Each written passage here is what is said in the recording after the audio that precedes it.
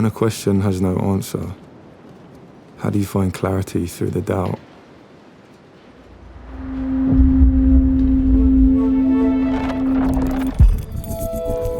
Inspiration waits in the uncertain. So if you can enjoy the uncomfortable process,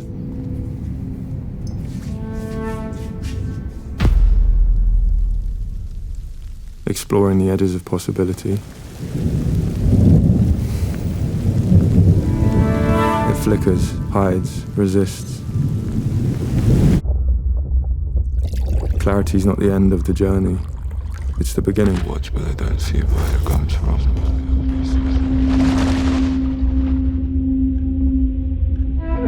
There's a moment when everything connects, when searching gives way to knowing.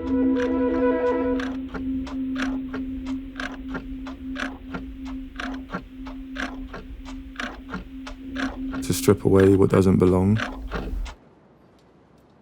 until all that's left is all that matters.